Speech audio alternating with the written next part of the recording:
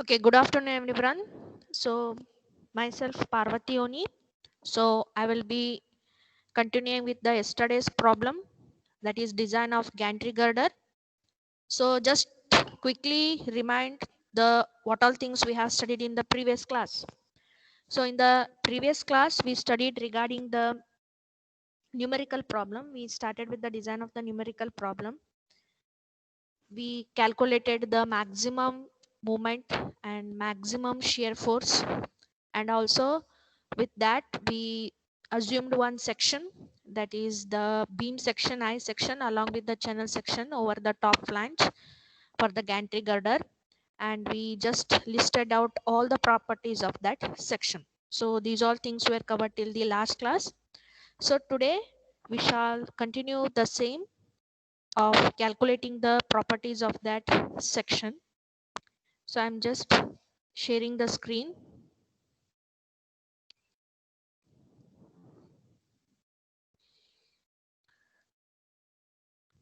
So now this was the section which we have considered in the previous class. So we started with the section ISWB 600 with ISMC 300, which is placed on the top flange. Okay, so these are the properties which we have listed out. So we got IXX of I section separately, IYY of I section separately, IXX of the channel section, and IYY of the channel section. So these properties are of that individual sections. In this whole built-up section, these properties specify the individual section of that I section as well as channel section separately, right? So the next step, that is the fifth step, is to calculate the elastic bending moment and elastic moment of inertia, as well as the plastic bending moment and plastic moment of inertia. Okay, so we have these properties like IXX and IYY for the single section separately, right? So in the next step, we are going to calculate the property like bending moment and the moment of inertia of this whole built up section. Okay, so in order to calculate the moment of inertia of this built up section, which you have already learned in your elementary semesters, like how to calculate the moment of inertia of the built up section. So you are using the parallel access theorem there, and then you are calculating the moment of inertia. So in order to apply the parallel access theorem, we need the centroid. So first step is to calculate the centroid of this built up section. Okay, so let the distance of the neutral axis from the tension flange be y bar. So tension flange means it is this one. So from this, let the distance of, sorry, tension flange means this one from the bottom fiber of this I section. Okay, this is a compression flange. So let y bar be the distance of this neutral axis, that is the distance of the centroid from the bottom flange, from the tension flange. Okay, so next step is to calculate the y bar. So remember, this y bar indicates the elastic, the centroid of that built up section in the elastic limit, in the elastic mode. Okay, so you have to calculate the properties separately for elastic limit, separately for the plastic limit, when the section is in the plastic limit, when the section is in elastic limit. Okay, so let y bar be the distance of the neutral axis from the tension flange, that is from the bottom fiber.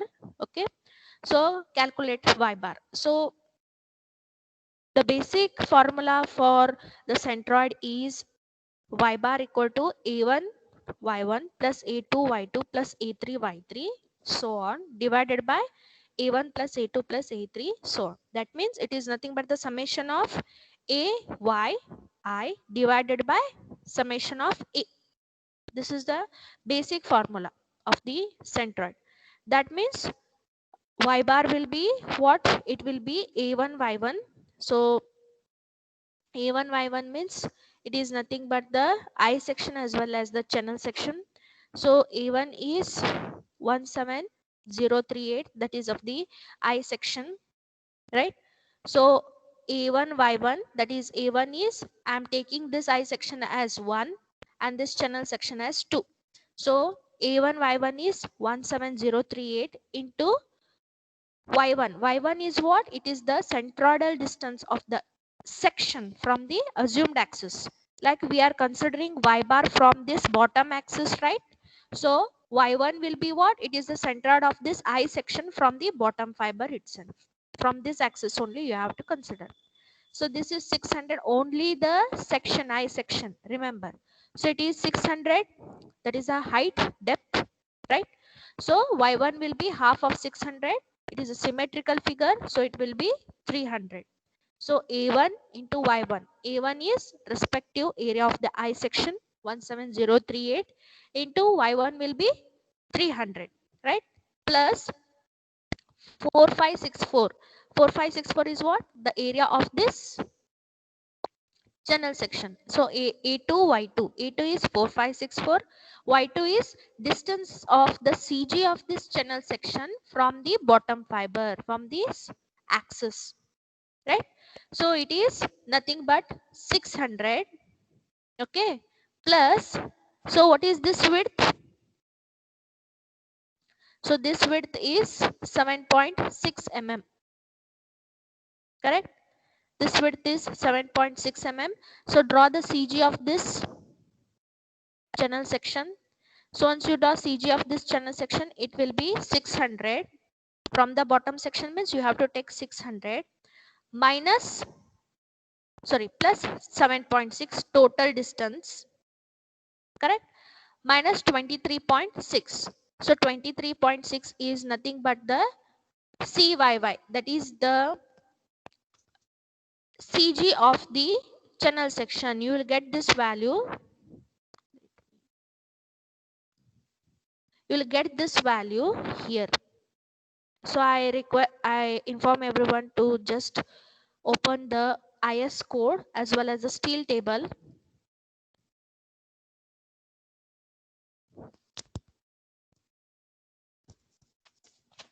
So it is,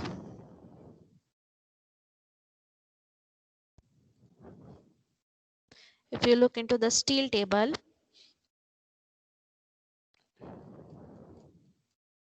so the section is ISWB 600, right? ISWB 600.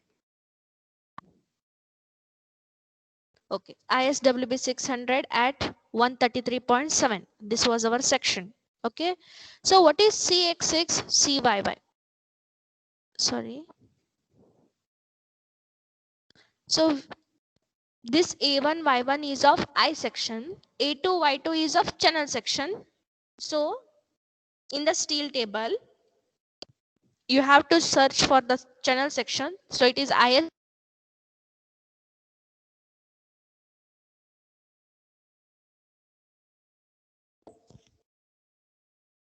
So ISMC 300.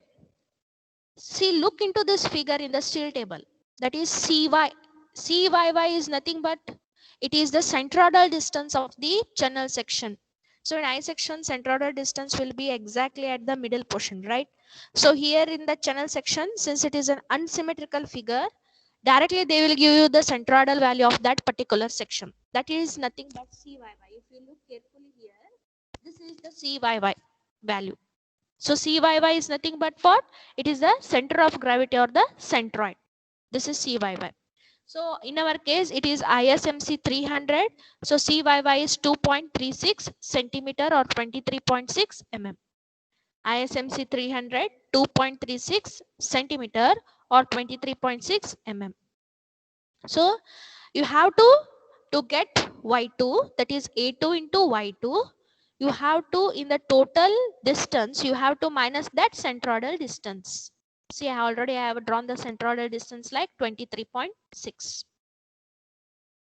Okay, 23.6 is the centroidal distance from this flange. If you look into the steel table, CYY is from this web till the flange. So here in this case it is inverted. So from this web till the flange, this is CYY. So it is 23.6. So in total distance, anyhow y1 and y2 are what? Y1 and y2 are the centroidal distance of that particular section with respect to the axis. So this is the axis. So centroidal distance is 23.6. It is here.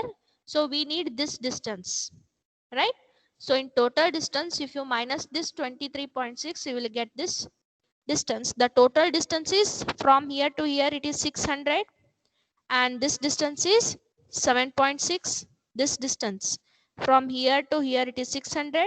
This distance is 7.6. So the total distance will be 600 plus 7.6 minus this centroidal distance. I need only the distance of this centroid from the bottom fiber.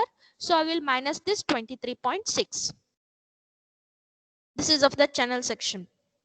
Divided by, it is a summation of the areas 17038 plus 4564. So you'll get y bar as 360 mm if you calculate.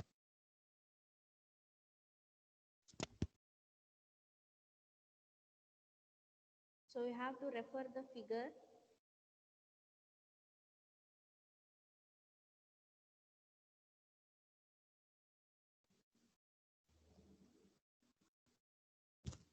So hope everybody has got this answer. 360 mm as the centroid of the total girdle section. That is the eye section with the channel section. Yes, got this value. 360 mm. So this already I have learned in your elementary semesters. That is how to calculate the centroid. It is A1 Y1 plus A2 Y2 divided by A1 plus A2. Right? Here there are two sections. One is eye section and the channel section. Correspondingly, A1 Y1 is A1 is area of the eye section into Y1 is the centroid of this eye section from the bottom fiber. That is the tension flange. We have calculating Y bar from this bottom fiber. So it will be 600 by 2 300, right, plus A2 Y2. A2 is nothing but the area of this channel section, that is 4564, which we have got it from the steel table, into Y2 is the distance of the centroid of this channel section from the bottom fiber or from the tension flange. So how to calculate? In total distance, we have to minus this centroidal distance of the channel section, that is CYY. The centroidal distance of the channel section CYY, you will get it from the steel table. So that is from the web to the flange. So it is 23.6. So total distance is 600 plus 7.6. 600 is only till the flange of the eye section. Total distance will be 600 plus 7.6 is the thickness of the web. So total distance is 600 plus 7.6 minus the centroid we have to minus, because we need the centroidal distance from the bottom flange. So we have to minus the centroid, that is 23.6, divided by total area 17038 plus 4564. We will get y bar as 360 mm.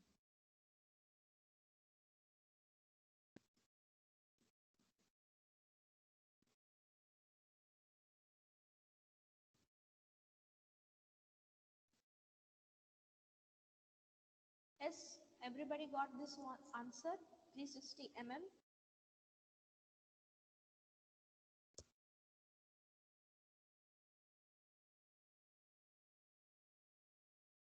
Is there any doubt?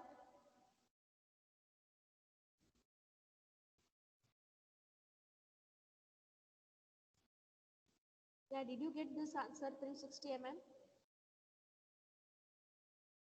So I had told in the previous class to just go through the calculation of centroidal moment of inertia. Otherwise, you will just feel it confusing.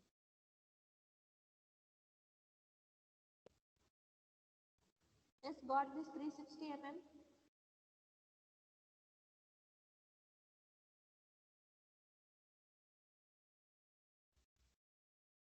Is there any doubt?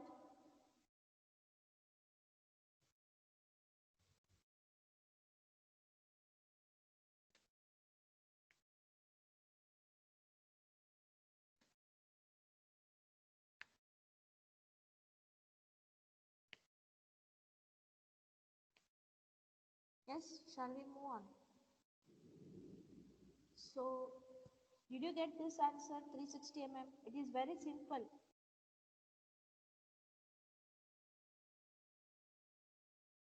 So, you will get the centroid as 360 mm. Now, the next step is to calculate the moment of inertia. So, the moment of inertia, you have to calculate it by using the parallel axis theorem, that is IAB is equal to IgG, that is of the moment of inertia with respect to its own centroid, plus area into square of the distance between the two axes. This is the parallel axis theorem.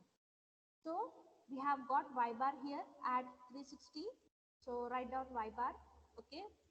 So Ixx or Izz both are same. So it is moment of inertia of the whole I as well as channel section. So how to calculate it? So moment of inertia of the, this is of the I section.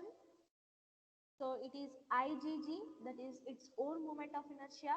So we have the its own moment of inertia value from the steel table. I section, we have Ixx from the steel table. So 106198 into 10 raised to 4 mm raised to 4 plus A into Yc square. A is area of the I section, that is 17038 into Yc square. Yc is what? It is the distance of the centroid of this I section and the total centroid of this built-up section. So it is nothing but, so the centroid of the I section will be at 300, right? It will be at the midpoint. So what is the centroid of the total section? It is 360. So Yc will be 360 minus 300 whole square, distance between the two axes, plus movement of inertia of the channel section. So this is regarding the moment of inertia of the I section plus moment of inertia of the channel section. Again the same thing, area into, again the same thing, that is the moment of inertia plus area into Yc square. Moment of inertia of the channel section, which we have got it in from the steel table, that is 310.8 into 10 raised to 4. So look here, so Iyy is 3108 into 10 raised to 4. Okay. So why I am taking Iyy while calculating Ixx? Because if you draw the axis like this channel section is inverted. So x-axis will become its y-axis. Yes. See here carefully. The x-axis of this total section will be y-axis of this only channel section. So I am taking in calculating Ixx of the total section, I am taking Iyy of this channel section since it is inverted. Okay, so it is 3108 into 10 raised to 4, right? Plus area of that channel section is 4564 into centroidal distance of the centroidal distance, that is the centroid of the main section and the centroid of this channel section. So how to calculate it? So you need this distance, that is centroid of the channel section and centroid of the main section, that is Yc2 square. So for that you have to calculate it, like it will be 600 plus 7.6, total distance 600 plus 7.6 minus 23.6, correct? Minus 23.6. So this, that how much you will get? So in this total distance 600 plus 7.6, if you minus 23.6, you will get the centroidal distance till the bottom flange, right? So you need this distance, centroid of this channel section and centroid of the main section.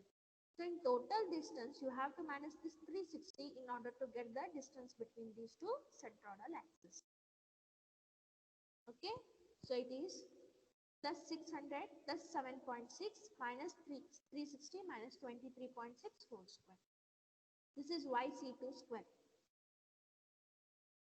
So if you feel little bit confusing, you can just refer your elementary elements of civil engineering mechanics book and again calculate here. Okay, so calculate this separately, you will get 1383.38 into 10 raised to 6 mm raised to 4 as the Ixx or Izz. This moment of inertia value is the moment of inertia of the total section, not separately I section and separately general section. So it is the moment of inertia with respect to Xx axis. That is 1383.38 into 10 raised to 6. Is there any doubt? Understood?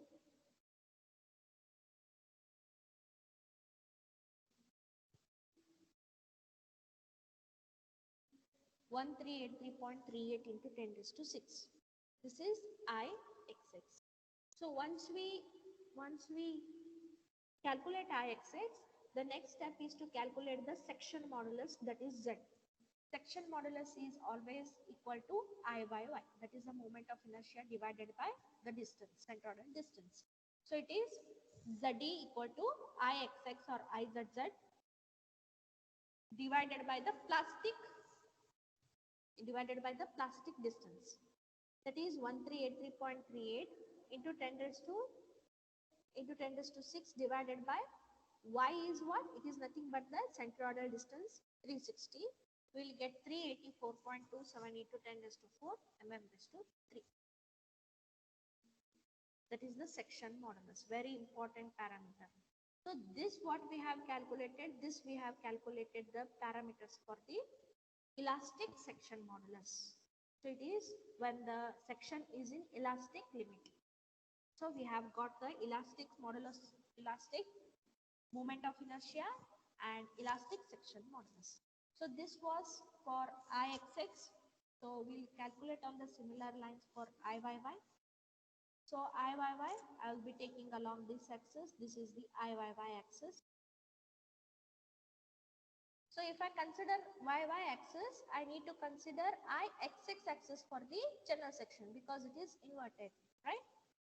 If you look here, our YY axis will be XX axis for the general section.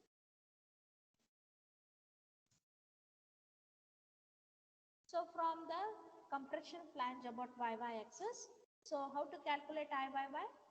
See, it is again moment of inertia along YY axis plus A into XC1 square plus moment of inertia along XX axis into area into XC2 square. Okay, so Iyy we have to separately calculate for I section and general section and then add it. So Iyy for I section, here it is symmetrical with respect to YY axis. So XC1 will be equal to 0. Okay, you cannot be able to take the distance between the centroids along the YY axis. So it will be 0. So it will be only its own moment of inertia, Iyy. So it is 21.3 into 250 cube by 12. So this is regarding only the flange area.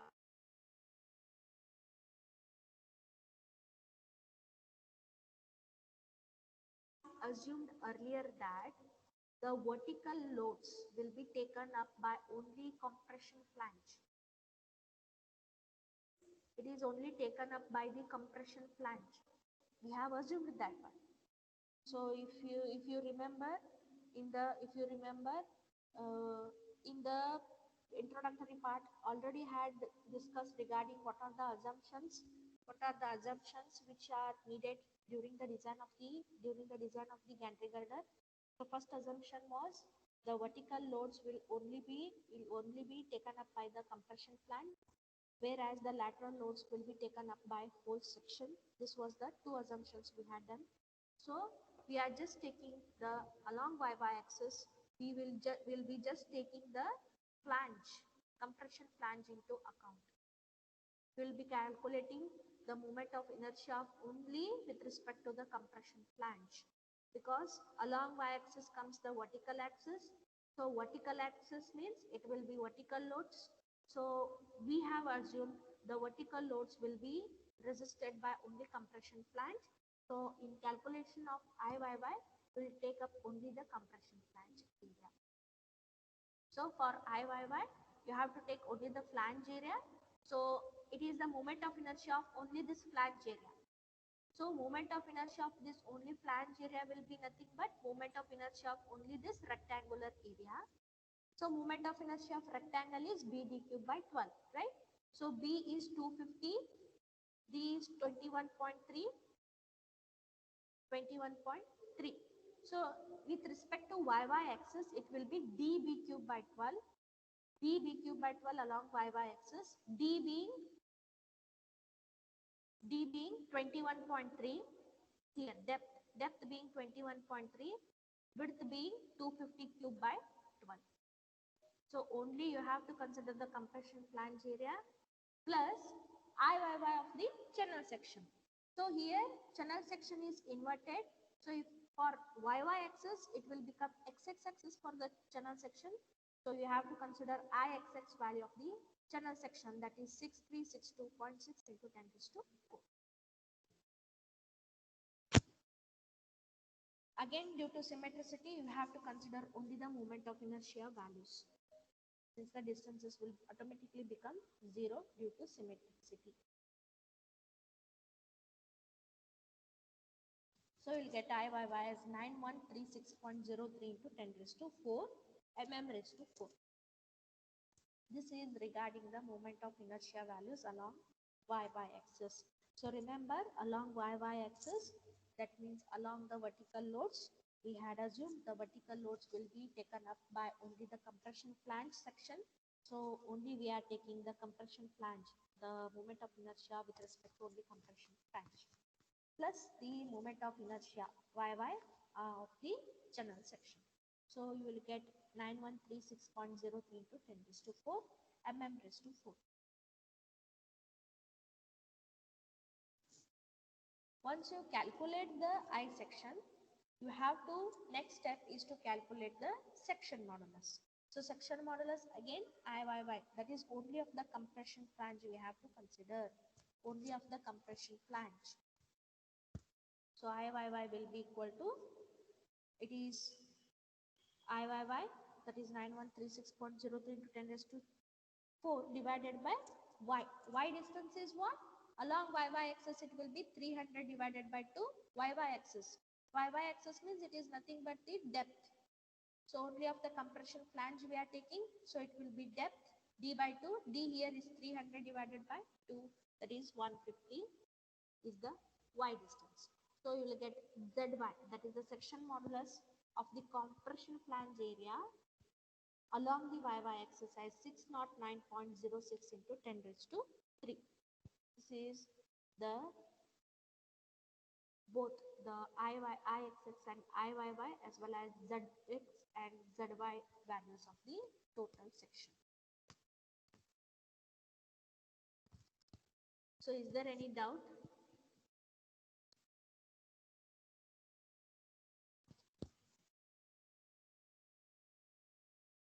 Is there any doubt?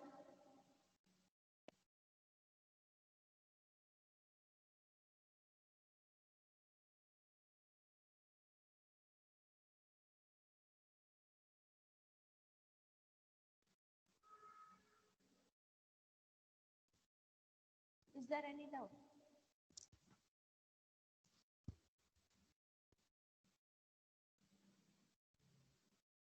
So these are regarding the movement of inertia as well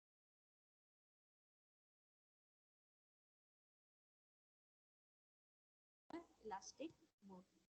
So when the section enters into the plastic mode, how to calculate the moment of inertia and as well as the section modulus, that is EMP, that is a moment with respect to the plastic section, as well as ZP, that is along x-axis ZPX and along y-axis ZPY, that is a section modulus values. So we shall discuss this plastic modulus of the section in the next class, because it will take a long time to just calculate here. But before coming for the plastic modulus of section, you come prepared with the elastic modulus of section. How to calculate these values when the section is in elastic limit. Already I have explained. So I need everybody to just check out, to just revise this today's class, what I have taught. That is the calculation of moment of inertia and the section modulus values. Very important chapter. For this, you can just refer the elementary part of your elements of civil engineering.